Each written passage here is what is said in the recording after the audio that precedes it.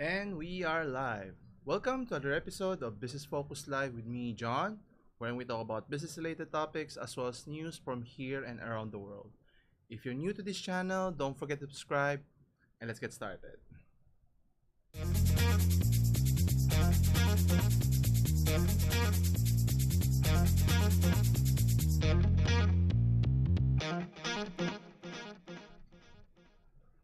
And we're back. Thank you again for joining me today. So, today is February 11th, 2022. For this week's topics that we're going to cover, some are very interesting, say the least. First is we'll be discussing how Tesla is leveraging betting on the rise of popularity of cryptocurrency, in particular, investing as much as $2 billion in Bitcoin. We'll see how that pans out since the value of cryptocurrency is fluctuating. So we'll take a look at that in a bit. Next is on related story in terms of investing. Private equity firms are investing also billions of dollars, in particularly in sports, which is kind of interesting because sports are now rising in popularity in terms of its mega deals, TV deals that it generated, not just for the NBA, but also other sports. You have NFL, the National Football League, will also see that. And sad to say, MLB, which also is in a lockout still, so hopefully they can get that fixed. But many sports is capitalizing on its rise of popularity. Obviously, there's still the global sport, which is soccer, which generates a lot of money for those teams. That's why they're willing to spend tens of millions, hundreds of millions of dollars to acquire certain players. So we'll talk about that. Next is an interesting partnership in South Korea, wherein they're trying to create the first ever flying taxi. Now, will that concept be come to fruition? Will it make sense? Obviously, you need regulation in terms of, imagine if there's congestion on the road, if there's a lot of taxis, flying taxis hovering around the area in terms of noise, safety, and all of those things. But we'll talk about that later. Next, we'll also be talking about with the recent acquisition of Microsoft, with the purchase of, or planning to acquire when it pushed through, of Activision Blizzard, which is pretty significant. What does this mean for the gaming community in terms of how Xbox is going to utilize this recent acquisition? We'll delve into that as well. And lastly, sticking along the same lines into gaming, how EA has done it again, with FIFA, Team Ultimate, the crummy way of, generating microtransactions and so forth. Then you have, NFL's debacle also, it's obviously a cash grab.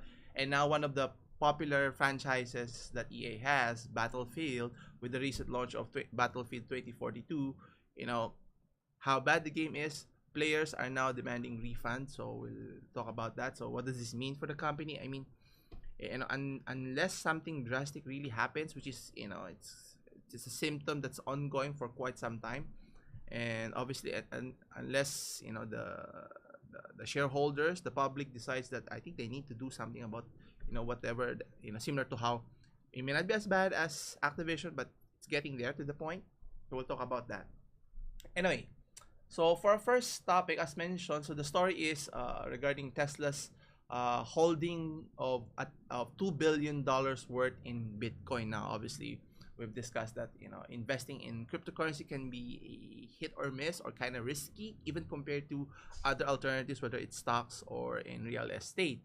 But for the company, which is owned by Elon Musk, he's been very vocal in terms of investing, or promoting the platform, so to speak. And obviously, the on and off again relationship, it's kind of quirky, but obviously with this much stake in a company, they're putting where their mouth is in terms of relying, to the point that will it become a normal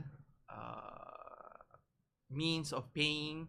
So obviously, if you're planning to buy a Tesla, will they accept Bitcoin now in the future? And obviously, if more companies adopt, and financial institutions and countries adopt cryptocurrency as a means of payment, then obviously Tesla has made the right investment here. Anyway, so let's take a look at the article. So here at electric.co, so they're now holding about 2 billion worth of Bitcoin up. That's pretty significant, as I mentioned. But if we were to take a look in terms of the value of Bitcoin currently, you'll be kind of surprised and scared in a sense also. So let's see here. So here, you can see Bitcoin's value right now is hovering a little over $43,000. So around 200,000 pesos, which is pretty expensive if you're trying to get into the action right now. So that's for the one-day valuation. So if we were to look backwards, look at its entirety. So let's look at max. So you can see here, before 2018, its only valuation is around 15. Price is $15,000, and with the recent spike over during COVID, in 2021, it rose to a high as much as high as $61,000, and people were investing thinking that it will go even higher to 70 to 80 or even 100K. And then it suddenly dropped to as low as 31. So if you invested that, so your value in your investment has halved significantly, and then it's continuously increased, and then it dropped again, and then to as high as 64,000. But if you notice, it hasn't reached the 70,000 plateau, and as of the date, it has decreased significantly to the point of less than 40,000 to where it is now, which is 43,000.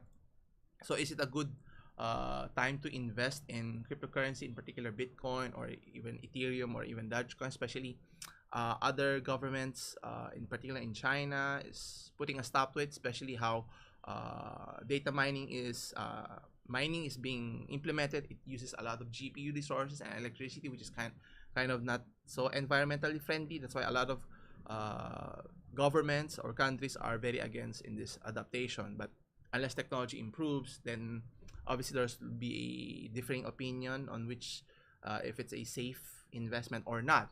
Anyway, going back to the article here, as mentioned, so why would a company, Tesla, be investing this much in what do you call this, in cryptocurrency? So you can see here, they've already invested in early 2021 by as much as 1.5 billion. So meaning, they do believe that there is a potential in terms of it can go a long way in terms of how cryptocurrency will be adopted and accepted in the general public. And actually, one of the NBA sports teams, the Los Angeles Lakers, which used to be called the Staples Center Arena, is now called the Crypto.com Arena. So meaning they're really increasing marketing. They're increasing the marketing aspect, so people will get used to the idea of cryptocurrency in the marketplace in terms of investing and doing transactions and so forth. Now for the company, what's interesting, a few days later, the company took a step back with crypto by removing Bitcoin as a payment option. And then they mentioned that the energy needs of Bitcoin network, as I mentioned earlier, there are issues as to how it draws its energy, which is kind of inefficient. So it's not environmentally ideal for our planet, especially we rely on energy for other things. But at the end of the day, they still believe in the company to the point that they are willing to invest in Bitcoin in the first place. So it's not just Elon Musk stating this, but it's not the entire company who's being vocal in terms of its adaptation. So meaning, the on and off relationship here with Elon Musk is now makes sense as to why Elon Musk in the first place was trying to promote the platform, not just Bitcoin but other cryptocurrency platforms as well. So it also goes to mention that Tesla noted that they're not selling their stake. Obviously, they've invested a lot, so they better make sure that whatever problems that Bitcoin has, or the cryptocurrency platform as a whole, will get only better rather than worse. Otherwise, they will be losing a lot of money. 1.5 to 2 billion is a lot of money if you think about it. Anyway, so Tesla holding the cryptocurrency was mentioned during the latest update in their 10K SEC filing.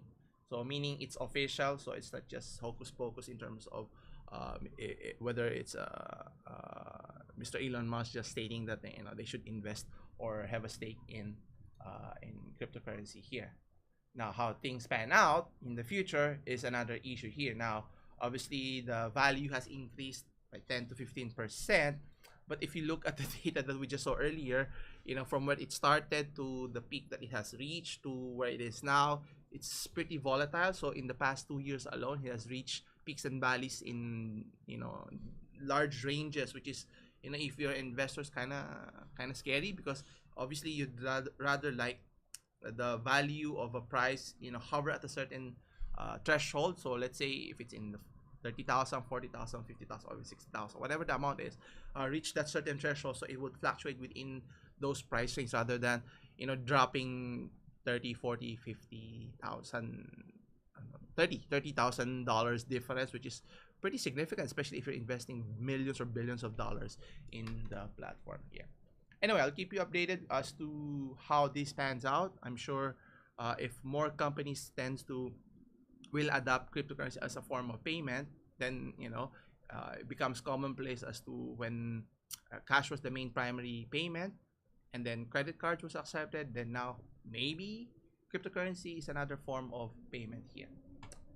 Anyway, next is along the same lines of talking about investment. So a private equity firm is investing in sports, which obviously with sports being more popular than ever. So you have the NBA, National Basketball Association, the NFL, the National Football League in the United States, then MLB. But sad to say, MLB is now on strike, so they're shut down. So hopefully they can get things worked out. But anyway, going back to the firm here, is it a good time to invest in sports? Obviously, with the rise of its popularity and as showcased by the gargantuan contract that they have with the TV deal with the big TV networks. So let's see here. So you can see here that the NFL has just recently had a $113 billion TV rights deal for the big networks to be able to showcase the sports, which is, if you think about it, used to be it was played once a week technically. Then you have Sunday, Thursday, Monday Night Football. So it's getting more frequent. So a lot of people are clamoring for content, and networks are willing to pay because a lot of people are watching, especially in the United States. Tens of millions of Americans are watching the sport. So if you're an company who wants to advertise their product, a lot of people are watching, and if investments is good, and then investing in sports is a good time to invest right now. And as you can see, I think even in the NBA, which had also reached a very lucrative deal, as much as 75 billion. Now it pales in comparison. Obviously, the popularity in the United States, number one is still NFL, but NBA is making a lot of headways. And if you think about it, 75 billion, roughly around 8 billion a year of profit. So imagine the larger purse that each team can have. So in terms of salary cap, it would increase and benefit the players, and hopefully get better players to play in the league. Going back to the article as mentioned, so because of how the sports is being so popular nowadays, especially NBA is in high demand. It's not just because of LeBron James, but also up and coming players. You have Jokic, the current MVP. You have former MVP Giannis Antetokounmpo, all foreign players, not homegrown anymore. So meaning there's a lot of superior players playing at a high level in the NBA. So as mentioned here at CNBC.com, so the sports leagues invited private equity firm to join in 2021. Firms invested nearly $2 billion in stake. So you can see actually even in sports teams now, in their jerseys, you can see that it used to be just the logo of the team and then the name of the player at the back. Now you can see a small patch of advertisers, companies partnering so that they can be visible. So it used to be you put up banners on the arena, right? So you can see streamers on the floor or on the sideline. So audiences or viewers who could see it when they're watching the game live. And then now they're looking for ways to maximize it by promoting their brands, it's not similar to how F1 racers or NASCARs, where you see multiple logos in their uniforms, where a lot of endorsers there. But obviously, it deviates from the team itself, but it generates a lot of money. So it provides a lot of potential as to why companies now, equity firms, are starting to look into sports as a great way of investing. And not only that, you also have the gambling component, which makes it even more appetizing for businesses to promote the sports. And obviously, gambling provides a lot of revenue for sports betting websites or establishments. The fact that uh, the teams, or not the teams, but the league themselves is promoting it. You have NFL, who's front and center, who's obviously never satisfied with the revenue that they're generating, to the point that they're promoting that gambling is okay, but obviously you have to be an adult to be able to do that. Anyway, going back, so investors flock to the NBA to provide growth capital to teams. And PitchBook, private equity analyst Wiley Feniho projected more deals in 2022, and obviously that's going to grow more into the future. Especially, one advantage that NBA has over other leagues is the popularity in terms of in global popularity. Obviously, NFL is popular also, but in certain regions in Europe, in particular in London, and obviously the logistics of going to other places. I think they were planning on creating a new team, but I don't know if that's going to pan out. But in terms of NBA as a popular sports, it's not just in America's region, in Europe, as well as in Asia. But obviously, NBA was in hot water with the issue with Dara Morey before, with the Chinese government, but that's another issue here. Anyway, so it also mentions here NBAs are trading at more expensive valuation because they are expecting to grow more than ever in the next decade or so.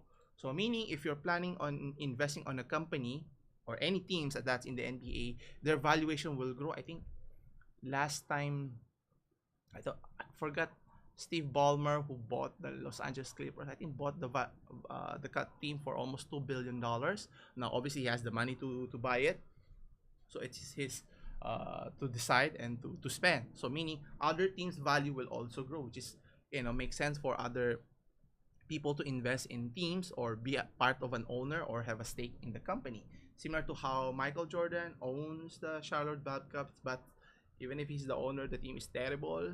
So maybe they need to hire better people who can get better players and bring the best out of the team, because being mediocre is not a fun place to be, and it's not fun to watch, so to speak.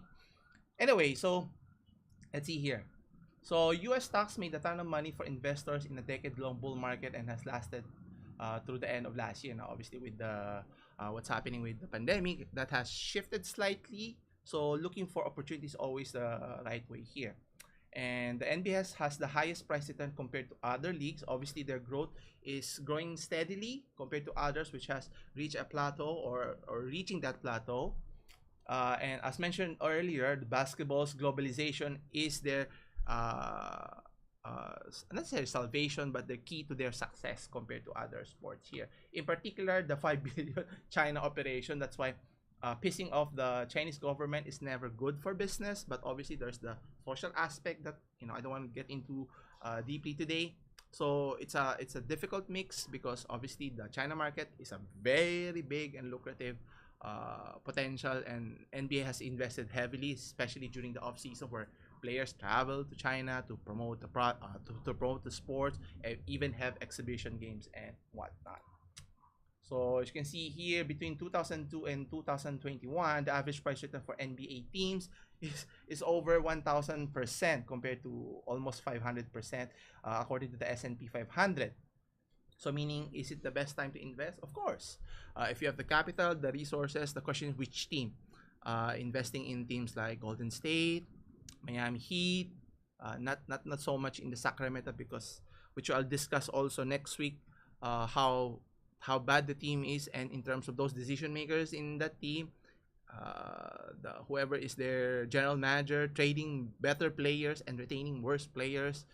No wonder they can't get out of the cellar in terms of being mediocre for the last time they were in the playoffs, I think was way back when I was younger in the early 2000s, where the main player was still Chris Webber. So it's kind of sad what's happened to that team. But anyway, it mentions also here that private equity investors are rushing in for a piece of the action, which obviously it's just makes sense. And as you can see here, the potential of growth in terms of teams, whether they're mediocre or not, because obviously if one team benefits, the whole league benefits as a whole here. But question is, which team do you want to invest? Is another question here. And obviously at the end of the day, if you have the resources to invest, and obviously it's for a long term, especially if you invest like in the team, like in the Los Angeles Lakers, they're very popular, and I'm sure that's why they crypto.com paid a lot of money to have their name for the next 10 years or next decade or so. So the popularity of the sports is always ever growing, especially with TV personalities or actors and actresses. Attending live games makes the game more popular with how global the game is, and you have TV personalities like the Inside the NBA in at TNT with Shaquille O'Neal, Kenny the Jet Smith, and Charles Barkley. Making the game interesting, not just for the game, but talking about everything else. Uh, and obviously, investing also in the WNBA, which is, it's kind of hit and miss for the league, because I think the WNBA has been losing money for quite some time, and it's the NBA who's been footing the bill, but that's another discussion here. But hopefully, if they can find a way to increase its popularity for the women's league, how popular the men's league is, I think it's a nice way of saying, trying their best to make it popular. But obviously, those are two different products that they're offering. But at the end of the day, the NBA or sports in general, if it's a tremendous product that you're offering, people are willing to watch it, and advertisers are willing to pay a hefty amount to be able to be seen, to be able to sell your product or services here. Uh, anyway, next we'll talk about, as mentioned earlier, how some teams, not some teams, some countries are looking for ways on how to provide innovative products here. And I'm sure it's not the first time you've heard of being able to offer a helicopter ride for the individuals here.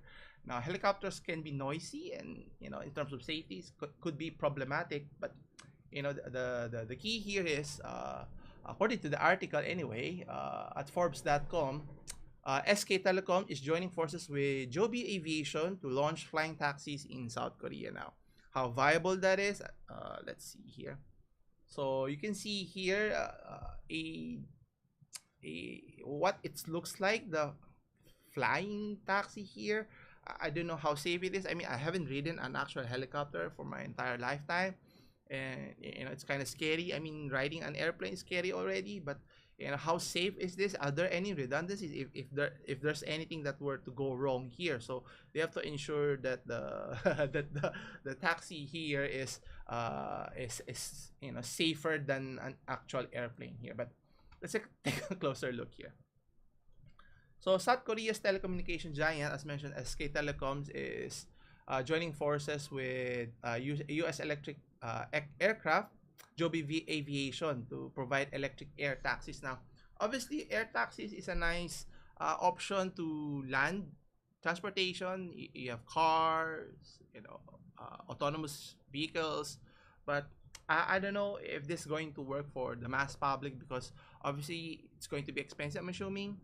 And obviously at the end of the day, to be able to transport a lot of people efficiently is still, I think, mass public transportation is the best way to do that. Now, if they're trying to cater to the elite people, if they don't have their own helicopter, but they need to go from one city to another in the shortest time possible, and obviously you'd need a helipad to be able to land. Obviously you cannot just land in any streets here. It would be a disaster here. And considering the noise, and if you were to look closely here, the four props here, you can imagine the noise it generates here. So I don't know how are they going to implement that, and if they're trying to market it as for everyday people who can use this as a means to transport.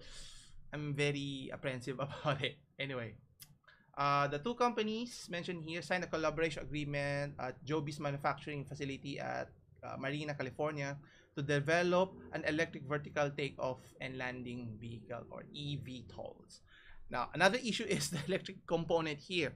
Obviously, there's a limitation of electric powered, technology, whether it's smartphones, vehicles, in this case, helicopters at that.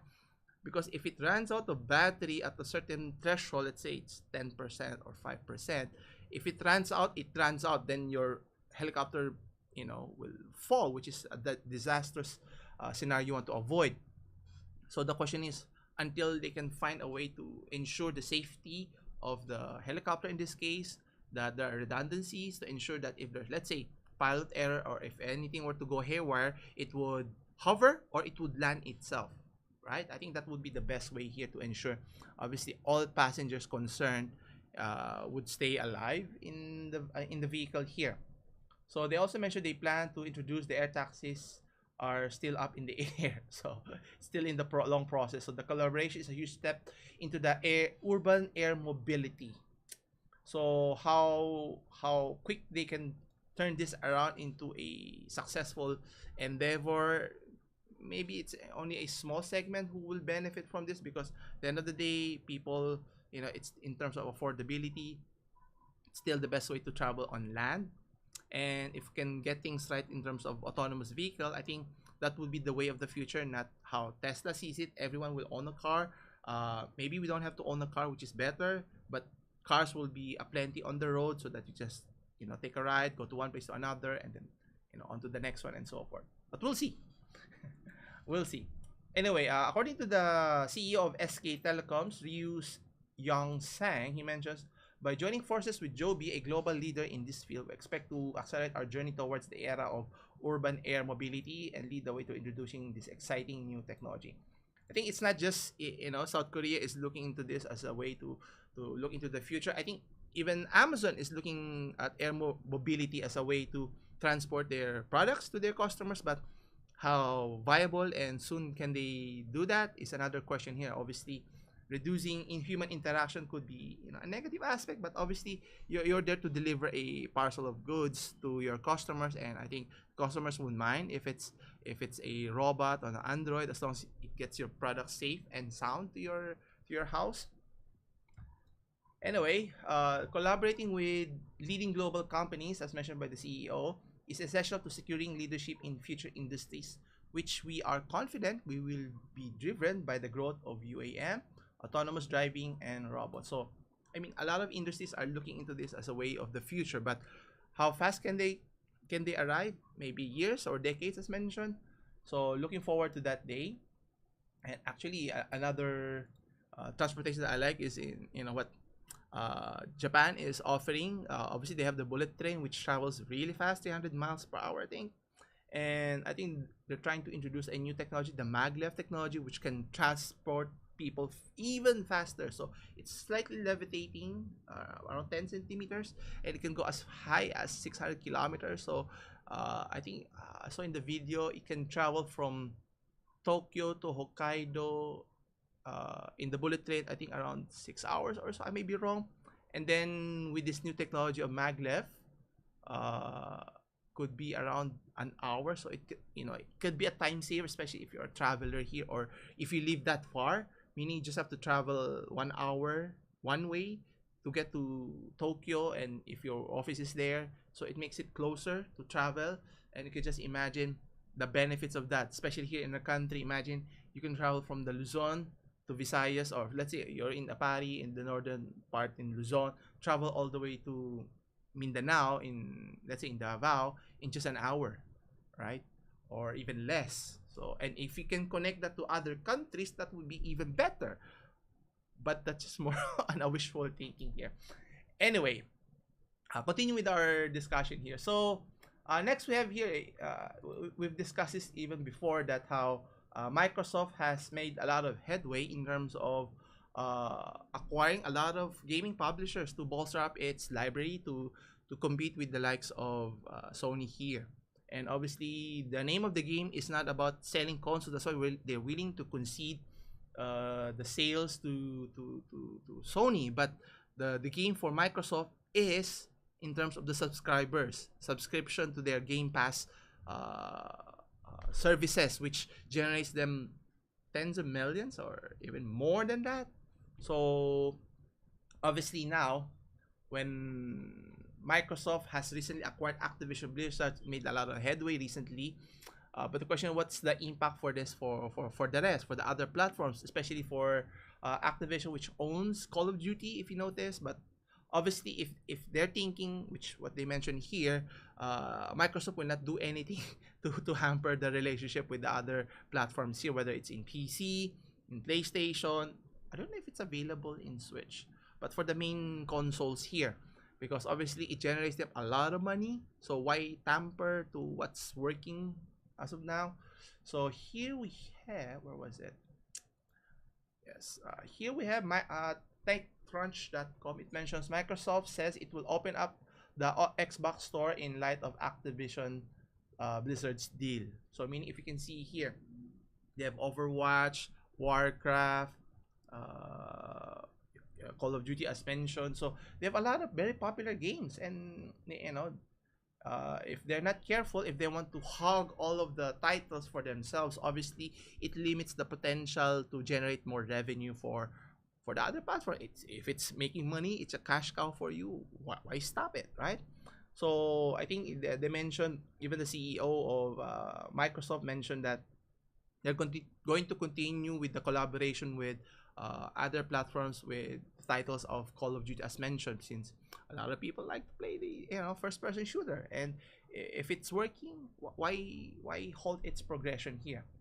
So the question here is the acquisition isn't exactly ill-fated, so to speak. It's a risky time for Microsoft to attract attention from the regulators now, obviously making a lot of big acquisitions, which brings about the antitrust issue, which all four big tech companies, you have Facebook, Amazon, what's the other company? Google, and who's the other one? I forgot. Crap.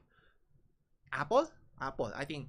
So all four tech companies, which obviously have been trying to acquire, grow their business, expand their business, diversify their portfolio, which obviously pre they're pre they're required to do that to be compete to remain the top dog in their industries. So if you hear Microsoft now making a lot of headway, is this good for the industry? Is this good for the market or bad for the industry? Obviously, the government has to decide whether is it considered fair or unfair, especially with the now it makes sense why Microsoft was in, I won't say in league, but supports what Epic Games is trying to do to fight against the fee that Apple's App Store is trying to leverage. Same goes for Google here.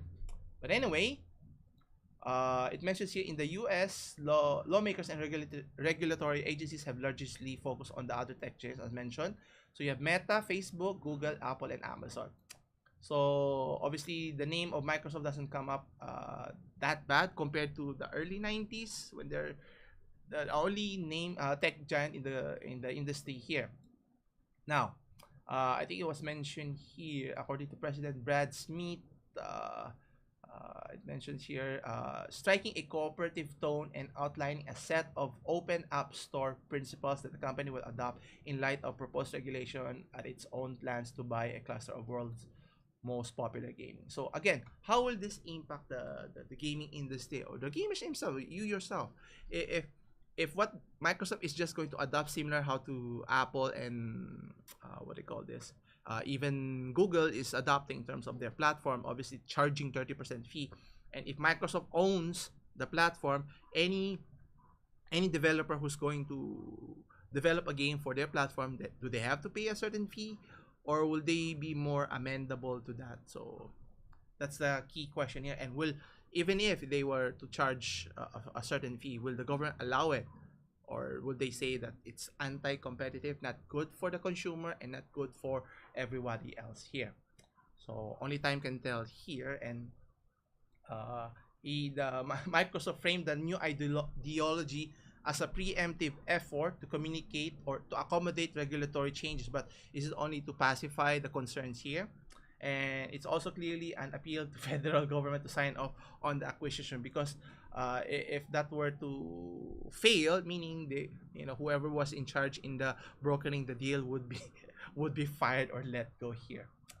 So the principles Smith lays out here touch on a handful of issues of interest to regulators, including a promise not to leverage App Store data to compete against developers and commitment against self-preference, which is again, uh, monopolizing the platform is never good. That's why if Microsoft wants to be a gaming platform, it's okay. But if they want to verge into the software app, meaning control who gets in and gets out, similar to how Apple and Google works, which is kind of iffy because obviously at the end of the day, the data is more enticing, more palatable, and not palatable, but it benefits the company who has the data and the hordes of data. Obviously, those companies are trying to limit as to whom can see it so that they can benefit the most and use that data to generate them even more revenue. How similar how Facebook is in distress, so to speak, in terms of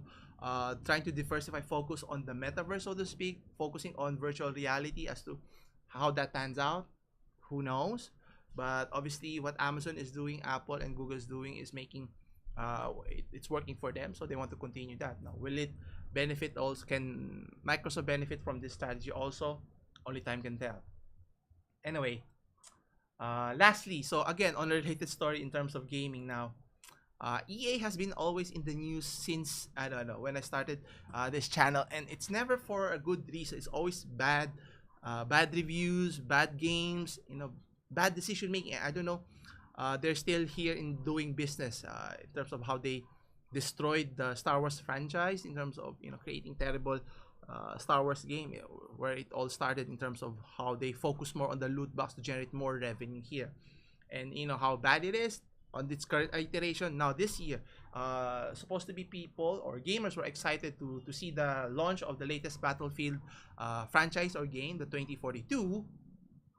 But sad to say, it wasn't up to expectations, similar to how Cyberpunk 2077 was. A lot of hype, but at the end of the day, the game wasn't finished, and yet they even launched it. So those crummy decision makers should be fired, because if you knew the game that wasn't still yet completed, not partially finished, similar how Halo was supposed to be released the same year or same date that Cyberpunk was supposed to be released, but it was delayed for another year, right? Now, obviously, whose fault was that? Did they provide enough resources, time to prepare, or did the decision maker just said, it's a time crunch, so you need to do extra work to be able to finish it, which is another issue with the gaming industry here. Anyway, going back here, so according to the article here at techspot.com, more than 85,000 Battlefield 2042 players. That's a lot of people, right? Signing a petition demanding a full refund, which is not a good sign. If your game is that terrible, flawed, that a lot of people are leaving the game. It's not just leaving the game, they're expecting a refund. That's why I think buying of digital games has its benefits, but a lot of drawbacks if you're not happy with the game. That's why never buy a pre-order game ever again, unless you're sure that the game is able to deliver what it's intended. Similar to how I'm looking forward to be able to play on the Steam Deck, and a lot of reviews has come out, but still it's not yet fully formed in terms of its review. Yes, they may say in terms of product reviews in Valve's head office, they say it looks promising. As long as it can do better than what the Switch does, I think they're a big winner. And then now there are a lot of reviews in terms of the hardware, what it's capable, what it's not, what are its limitations, and so forth. As long as the game is tremendous, you can play all your PC games.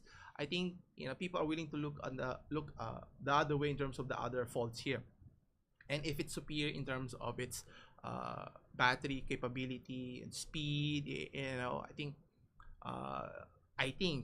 Nintendo is going to have I would say a quick downfall, but there's going to be another competitor in the portable gaming console, which is, I think, Steam Deck. If they play their cards right, especially in terms of how they iterate their product from what they have currently, maybe bigger screen, better battery, better cooling, so you can play all the best games, not just old, current, but also future games as well.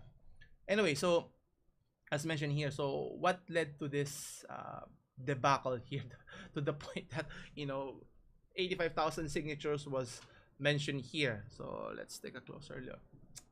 So the petition, which was created about a month ago, not only started gaining traction recently, states EA and DICE didn't keep many promises ahead of the launch and put out an unplayable game.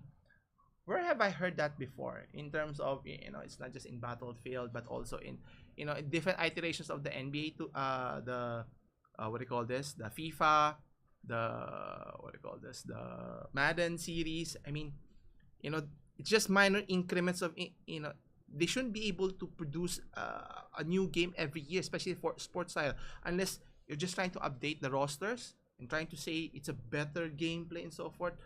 It's just lying to the public here, but obviously people still buy it, so you can't blame the company for trying to shell out or find ways to make tons of money for the company and for the shareholders here. Anyway, it mentions here, according to its creator, the game has cost consumer millions of dollars in damages and upset thousands of customers. What's more, the person claimed on one of the nation's class action lawyers would take the case against EA if the petition got at least 50,000. Well, that's beyond now. Anyway, the gamers have every right to be upset with the Battlefield launch, with a multitude of bugs and missing features, which is, I think, becoming a common trend for many games, especially AAA games, that they say it's a finished game, but if there's a lot of major bugs, similar to how, Fallout 76, just to name another one, they should have launched it if they know that, you have to update the system, you have to download 50 gigabytes of data to be able to fix that problem, meaning, I think, was it Phil Spencer, should be fired, right?